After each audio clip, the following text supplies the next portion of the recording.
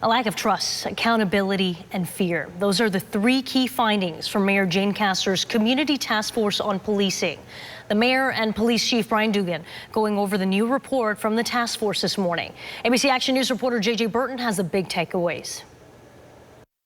And policing needs to change. A Zoom meeting with Mayor Jane Castor, Police Chief Brian Dugan, and community leaders to go over this report from the Community Task Force on Policing. And this comes on the heels of another black person being shot by police officers. The latest one in Kenosha, Wisconsin. Officers allegedly shot 29-year-old Jacob Blake in the back several times.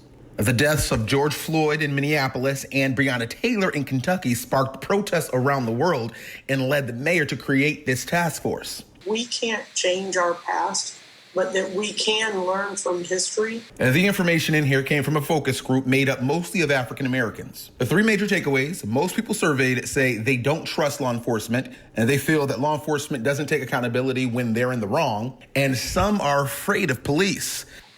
Somebody said they were not afraid to get pulled over, they were afraid they won't get home.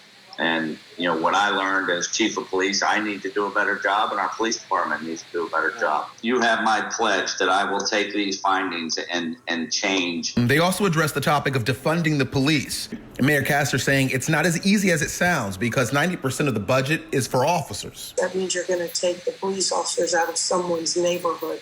And when asked, most residents don't want officers removed from their neighborhood.